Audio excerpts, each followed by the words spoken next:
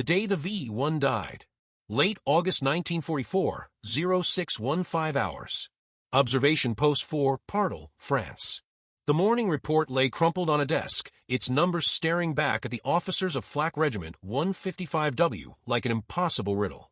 German technical staff pored over the statistics, trying to reconcile what they were seeing with the laws of physics they had been taught in Luftwaffe schools across the Reich. 82% destroyed. The figure wasn't just high, it was inconceivable. Through their field telescopes, German observers had seen it with their own eyes. The V-1 flying bombs, Hitler's much-hyped vengeance weapons, were being cut down in midair with an efficiency no one thought possible. Not by British fighter planes, swooping dangerously close in pursuit curves. Not by barrage balloons strung across the sky, but by anti-aircraft fire. Shells were bursting with uncanny precision around the V-1s, detonating close enough to shred the drones without ever scoring a direct hit. It was accuracy that defied all principles of conventional ballistics. At the headquarters of Flak Regiment 155W, located in a commandeered chateau, Colonel Max Wachtel, the commander of the entire V-1 campaign, read the reports with rising alarm. Just weeks earlier, the kill rates had been manageable, predictable even. But now, by the end of August, interception by the British coastal gun belt had risen from 17% in June to over 74%, culminating in one extraordinary day when 82% of all launched V-1s were destroyed before reaching their target. For Wachtel and his staff, this was more than a setback. It was the beginning of a technological nightmare. What they did not know, what no German scientists suspected, was that they were witnessing the combat debut of one of the most closely guarded Allied secrets of the entire war. A device so advanced, so improbable, that the Allies had protected it with the same secrecy as the atomic bomb project itself. Its name, the proximity fuse, codenamed by the Allies as the VT, variable time fuse. This tiny piece of electronics was about to render Hitler's vengeance weapon obsolete, turning the skies over southern England into a graveyard for the V-1. The first V-1. June 13, 1944, 4:25 a.m. Exactly 1 week after D-Day. The quiet of London's early morning was shattered by the first impact of Hitler's long-promised verbal tongue-swaff, the vengeance weapon. A pilotless aircraft, its crude pulse-jet engines screaming like a mechanical banshee, dove into the city. It struck Grove Road in Bow, destroying a railway bridge and several homes. 6 people were killed instantly, 30 were injured, and 200 left homeless. For the British public, it was the beginning of a new chapter of terror. For Adolf Hitler, it was the long-awaited retaliation for the Allied invasion of Normandy. The weapon itself was a technological milestone. A pilotless aircraft, the world's first operational cruise missile. Powered by the Argus as 109-014 pulse-jet engine. Capable of speeds around 640 kilometers per hour, 400 miles per hour. Carrying 850 kilograms of Amatol explosive straight toward London. It was cheap to make, around 5,000 Reichsmarks per unit, a fraction of the cost of a bomber mission, and it posed no risk to aircrew. At Peenemünde Army Research Center, the birthplace of Germany's rocket and missile programs, optimism ran high. They had already pioneered jet fighters and the V-2 rocket. Now, with the V-1, they believed they had found the perfect weapon to bleed Britain into submission. Major General Walter Dornberger, head of the V-weapons program, made chilling calculations. Even with just a 25% success rate, the V-1 campaign would rain more explosives on London than the entire Blitz of 1940-41. German engineers trusted the math. Dr. Robert Lusser, who designed the V-1's control system, calculated that interception by the Allies was nearly impossible. The missile flew too fast for most British fighters. To catch it, they would need speeds above 650 kilometers per hour, and even then they would have to get dangerously close, within 200 meters, to fire. As for anti-aircraft guns, the odds were worse. Ballistic tables showed that the chance of hitting such a small, fast target with conventional time fuses was less than 1 in 10,000 shells fired. By all German reasoning, the V-1 was virtually unstoppable. And yet, within days of its first launch, cracks began to appear in this confidence. Reports came back that British defenses were adapting faster than expected. Kill rates crept upward. At first, the increase could be explained by luck or improved Allied tactics. But by July, the numbers were no longer explainable. Something was happening over southern England, something the Germans couldn't understand. It was the first faint sign of the secret that would eventually turn their wonder weapon into a catastrophic failure. The numbers don't add up. By late June 1944, only 2 weeks into the V-1 campaign, German intelligence began noticing something troubling. Reports showed that British anti-aircraft defenses were improving far more quickly than expected. Interception rates, originally hovering around 10%, had risen to 24%. Higher than German scientists had predicted, but still within the realm of possibility. Perhaps the British had simply adjusted their gunnery, or their radar network was more effective than anticipated. But then came July, and the numbers stopped making sense. Technical officers at Flak Regiment 155W studied ammunition reports from the Channel Coast and the English defense belts. What they found defied every calculation. British gun crews were claiming kills with unusually low ammunition expenditure. V-1s were seen flying steadily toward their targets, only to be engulfed in flak bursts, then suddenly spiral down in flames, even though the explosions had not scored direct hits. Observers were baffled. The shells seemed to be detonating near the missiles, close enough to destroy them, but without striking them directly. For the Germans, this was impossible. Their physics was clear. Conventional time-fused shells required painstaking prediction. Radar data had to be processed, calculations performed, the fuse manually set, and the gun fired, all within a few frantic seconds. At the V-1 speed of 640 km per hour, gunners had less than half a minute from detection to engagement. And unless the shell burst within a few meters of the flying bomb, the explosion would do nothing. The odds of success? Practically zero. And yet, British guns were downing V-1s as if the rules of ballistics no longer applied. By mid-July, the statistics looked catastrophic from the German side. Kill rates kept climbing, far above what mathematics, training, or radar improvements could justify. At Peenemünde, scientists began to whisper the unthinkable. Had the British discovered a completely new type of fuse? Unknown to them, the Allies had already been testing such a weapon for more than a year. On the other side of the world, in the Pacific, American warships had quietly shot down Japanese dive bombers with shells that didn't need direct hits. They only needed to pass nearby.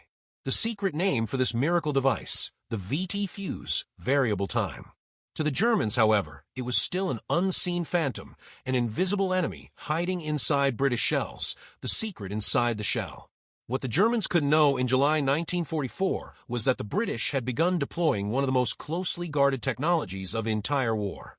A device so secret that its development was classified at the same level as the Manhattan Project. It was called the proximity fuse. To the Allies, it was simply coded the VT fuse for variable time.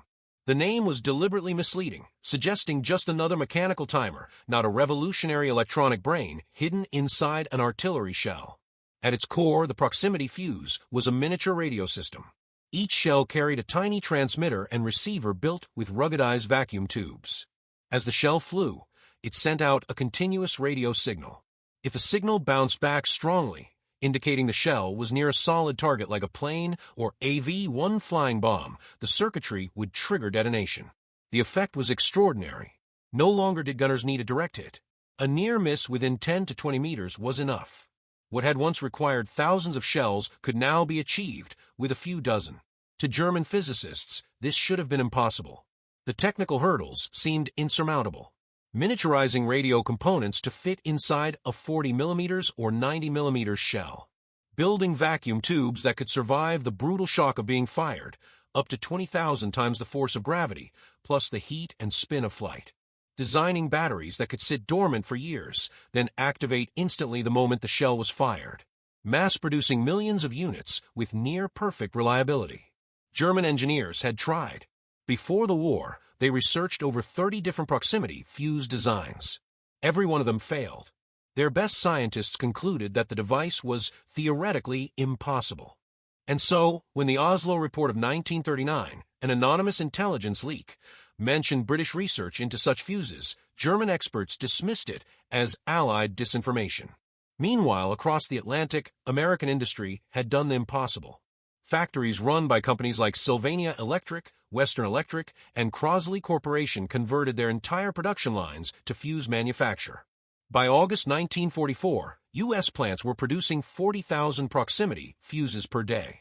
By war's end, over 22 million had been manufactured at a cost of more than $1 billion in 1940s dollars. The Germans had no idea. Every detail of production was compartmentalized across more than 110 factories. Workers only knew their piece of the puzzle. Even frontline British gunners didn't understand why their new ammunition was so effective. They simply knew that the shells worked. In secrecy as tight as the atomic program, the Allies had created a weapon that turned every anti-aircraft gun into a precision instrument of destruction. And by the summer of 1944, those shells were waiting on the cliffs of southern England, ready for the V-1 offensive. 82%. By the final week of August 1944, the V-1 campaign had reached its peak, and so had the defenses arrayed against it. The British had completely reorganized their anti-aircraft network. The Royal Artillery and RAF Regiment redeployed their heavy guns from the North Downs to the South Coast, creating a dense coastal gun belt. This ensured that any dud shells would fall harmlessly into the sea, far from German recovery teams. Behind the guns stood America's SCR-584 radar, an automatic tracking system so advanced it could lock onto the fast, erratic flight path of a V-1. The radar calculated trajectories in real time, feeding firing solutions directly to gun crews. And inside the shells themselves waited the Allies' hidden edge, the VT proximity fuse. Now the entire defense chain, from detection to destruction, was automated, efficient, and lethal. As V-1s crossed the channel at dawn, they entered a deadly kill zone. Radar locked, guns tracked, shells screamed skyward. Unlike the old days of guesswork and timing charts, the proximity fuse detonated the instant the shell came within lethal range. On one extraordinary day, in late August 1944, the results stunned even the Allies. 82% of all incoming V-1 flying bombs were destroyed by anti-aircraft fire before reaching London. For German observers on the French coast, it was incomprehensible. Through their telescopes, they watched V-1s flying steadily toward England, only to be engulfed in seemingly random bursts of flak, then tumble in flames. The shells were not hitting directly, yet the bombs exploded all the same. Back at Flak Regiment 155W headquarters, Colonel Max Wachtel received the figures with disbelief. Meetings turned into interrogations. Was there sabotage? Faulty construction? Faulty guidance? Emergency inspections of the V-1 assembly lines found nothing. Test launches over German territory showed the missiles performing exactly as designed. The problem existed only over England. For German scientists at Piedmont, the conclusion was terrifying. Britain must have developed a new kind of weapon, something beyond the reach of German physics. What they didn't realize was that they were witnessing the moment when the V-1 campaign was effectively broken. The weapon Hitler had promised would bring Britain to its knees was being defeated not by fighter pilots or barrage balloons, but by a tiny radio circuit packed into every shell fired from the coast. The statistics told the story. June 1944, 17% interception rate. July 1944, climbing rapidly, defying expectations. Late August 1944, 82%, a figure German engineers considered physically impossible. It was the day the V-1 died. Desperate measures. In the aftermath of the late August disaster, German High Command convened urgent meetings. Reports of 82% interception were unthinkable. If true, the V-1, Hitler's great vengeance weapon, was being neutralized before it could achieve any real strategic effect. Colonel Max Wachtel and his staff scoured every possibility. Could British intelligence have compromised the launch sites? Had sabotage corrupted the missiles? Were the Argus pulse jets malfunctioning in mid-flight? Inspections revealed nothing. V-1s launched from test ranges inside Germany performed flawlessly. The guidance was sound, the engines reliable. And yet, over the skies of England, the bombs were cut down with mechanical precision. The Germans tried everything to adapt, changing altitudes. Some V-1s were launched low, skimming the channel. Others flew at higher arcs. Neither tactic helped. Increasing salvos. Mass launches of dozens at once were meant to overwhelm defenses. Instead, the kill rate stayed devastatingly high. Night launches. Darkness, they hoped, would blind British gunners. But radar ignored the night. Weather exploitation. Fog, storms, and cloud cover were tested. Still, the mysterious British fire found its mark. Every adjustment failed. The losses remained catastrophic. At Piedmont, Germany's rocket scientists faced an uncomfortable truth.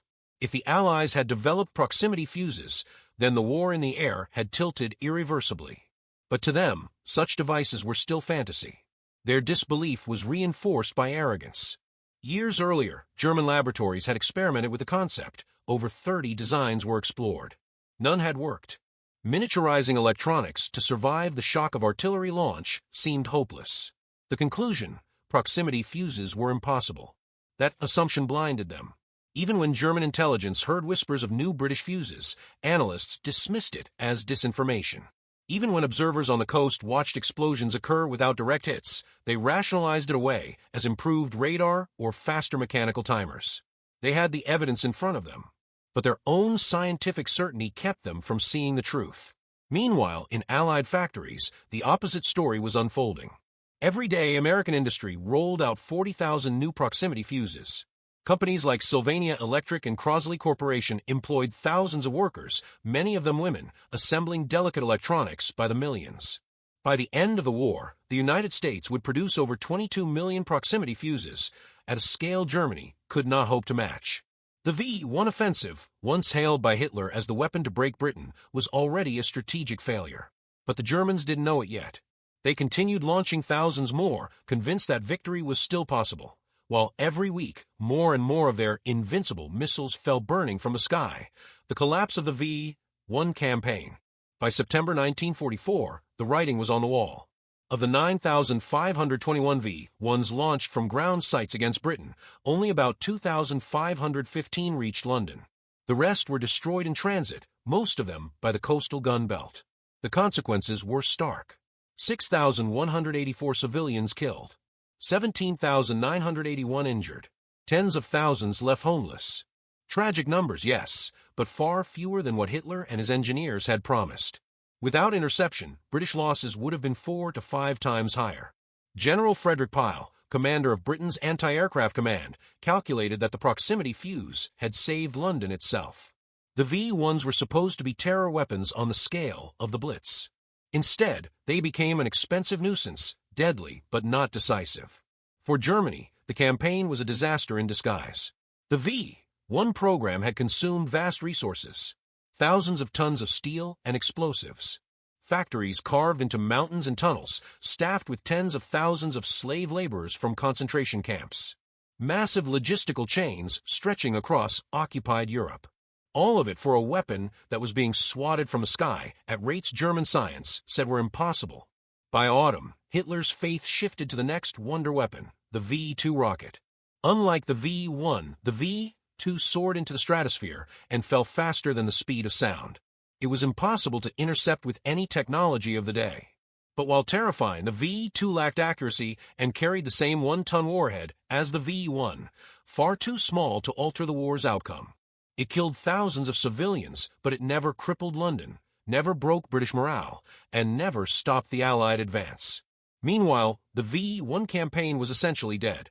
The missile that German scientists believe unstoppable had been stopped, not by bravery in the skies, not by sheer numbers of guns, but by a tiny electronic brain hidden inside Allied shells. And the Germans still had no idea what had beaten them.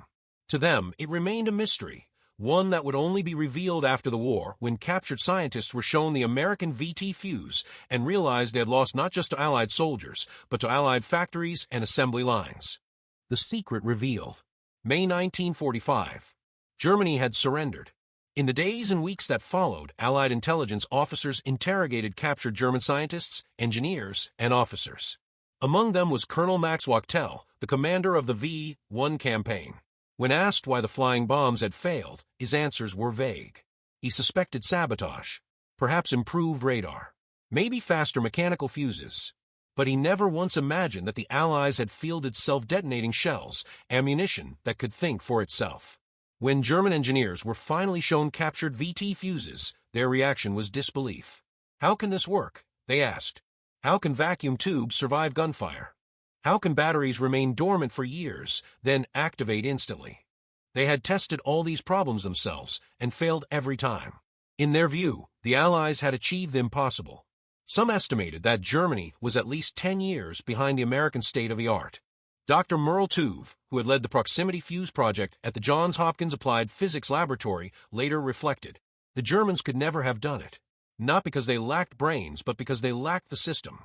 Our success came from collaboration, scientists, engineers, factory workers, all working together. Totalitarian systems can't do that. The contrast was glaring.